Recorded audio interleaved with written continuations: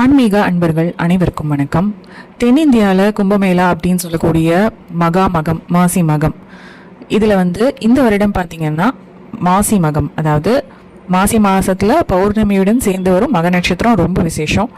12 வருஷத்துக்கு ஒரு தடவை வர்றது மகாமகம். ஆனால் இந்த 2026 நாளை, அதாவது 2 மார்ச் அன்னைக்கு வரக்கூடியது மாசி மகம்.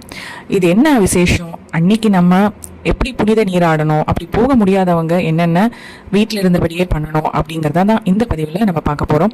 இந்த மாதிரி மேலும் பல ஆன்மீக விஷயங்களுக்காக இந்த சேனலை சப்ஸ்கிரைப் பண்ணி பாருங்கள். கும்பகோணத்தில் இந்த மாசி மகம் அப்படிங்கிறது ஒரு வருஷமும் கொண்டாடப்படும். அதில் 12 வருஷத்துக்கு ஒரு தடவை மகாமகம்னு சொல்லுவோம் இல்லையா, அது 1,00,000க்கும் மேற்பட்ட பக்தர்கள் வருவாங்க. எப்படி வட இந்தியாவில் கும்பமேளா பிரசித்தமோ அதே மாதிரி இங்கே கும்பகோணத்தில் நிறைய பேர் கலந்துப்பாங்க.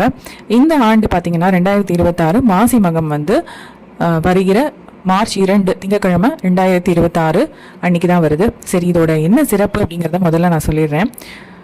எல்லா மாசமும் நம்ம வழிபாட்டுக்கு உகந்த மாதங்கள் சொல்றோம் இல்லையா, அதே மாதிரி மாசி மாதத்துல வர்ற மக நட்சத்திரத்து அன்னைக்கு ரொம்ப ரொம்ப விசேஷம். ஏன்னா மக நட்சத்திரத்திற்கு ஆன அதிபதி கேது பகவானும் பித்ருக்களுக்கான அதிபதி பித்ரு தேவர்கள்.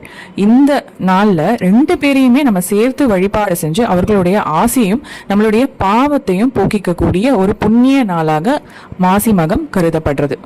அன்னைக்கு என்னன்னா, மாசி மகத்தன்னைக்கு சந்திரன் மக நட்சத்திரத்திலையும் சூரியன் கும்பராசியிலையும் சஞ்சரிக்கிறார். இந்த கிரக நிலைகள்னால பூமியில இருக்கக்கூடிய நீர்நிலைகள்ல ஒரு வகையான ஒரு நேர்மறை காந்த அதிர்வுகள் இருக்கு அப்படின்ட்டு ஆன்மீக ரீதியாக நம்ம நம்புறோம். அதனாலதான் அன்னைக்கு போய் நம்ம ஆத்து நீரிலையோ கடல் நீரிலையோ நீராடுவது நம்ம உடம்புல இருக்கிற எதிர்மறை ஆற்றல் எல்லாத்தையுமே நீக்கி அதிகப்படியான புத்துணர்ச்சியும் உடல் ரீதியான ஒரு ஆரோக்கியத்தையும் கொடுக்கும் அப்படின்ட்டு ஒரு பெரும் நம்பிக்கை இருந்துட்டே வருது. அது மட்டும் இல்ல, இந்த மாசி மகத்தன்னைக்கு பித்ரு தோஷ நிவர்த்தி அப்படின்ட்டு ஒண்ணு இருக்கு. என்னன்னா, முன்னோர்களுக்கு செய்யக்கூடிய தர்ப்பணம் இருக்கு இல்லையா, அது நம்ம ஆடி மாச அமாவாசை தை மாச அமாவாசை எவ்வளவு முக்கியமோ அதை விட பல மடங்கு முக்கியம் பலனை கொடுக்கக்கூடியது மாசி மகம்.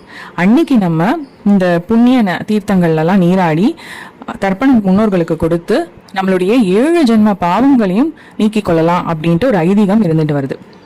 நிறைய புராண கதைகள்லாம் மாசி மகத்தன்னைக்கு இருக்கு. என்னன்னா, வருண பகவான் ஒரு தடவை பிரம்மஹத்தி தோஷத்தால பாதிக்கப்பட்டாராம். அப்ப கடலுக்கடியில ஒளிஞ்சுட்டு இருந்தாராம். சிவபெருமான் அவரை விடுவித்து அந்த தோஷ நிவர்த்தி செஞ்ச நாள் இந்த மாசி மகம். அதே மாதிரி பார்வதி தேவி தக்ஷனின் மகளாக தாக்ஷாயினி அப்படிங்கிற பேர்ல மாசி மக நட்சத்திரத்தன்னைக்கு தான் அவதரித்ததாக கந்த புராணத்துல சொல்லியிருக்கு. அதனால அன்னைக்கு தேவியை உபாசிக்கிறதும் ரொம்ப விசேஷம். சரி, இப்போ நம்ம என்னால தீர்த்த நீராட முடியல, புனித தீர்த்தத்துக்கு சென்று நீராட முடியல, வீட்டுல இருந்தபடியே இந்த மாசி மக விரதம் எப்படி இருக்கிறது அப்படின்னு நீங்க கேட்கலாம்.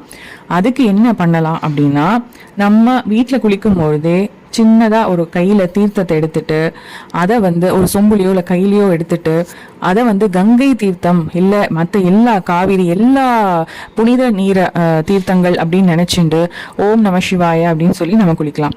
அதே மாதிரி குளிச்சு முடிச்சுட்டு குலதெய்வம் அப்புறம் இஷ்ட தெய்வத்துக்கு நெய் தீபம், ஆளுக்கு ஒரு நெய் தீபம், குலதெய்வத்துக்கு ஒரு நெய் தீபம், இஷ்ட தெய்வத்துக்கு ஒரு நெய் தீபம், அந்த மாதிரி விளக்கு ஏற்றி நம்ம வழிபாடு செய்யலாம். அன்னைக்கு நம்ம சிவபுராணம் படிக்கிறது கேட்கறது இதெல்லாமே ரொம்ப நல்ல புண்ணியம் கொடுக்கும். விஷ்ணு சஹஸ்ரநாமம் அம்பாளுக்கும் உகந்தது சொன்னேன் இல்லையா, ஆனால் லலிதா சஹஸ்ரநாம பாராயணம் இதெல்லாமே வீட்டில் இருந்தபடி நம்ம பாராயணம் செய்யலாம்.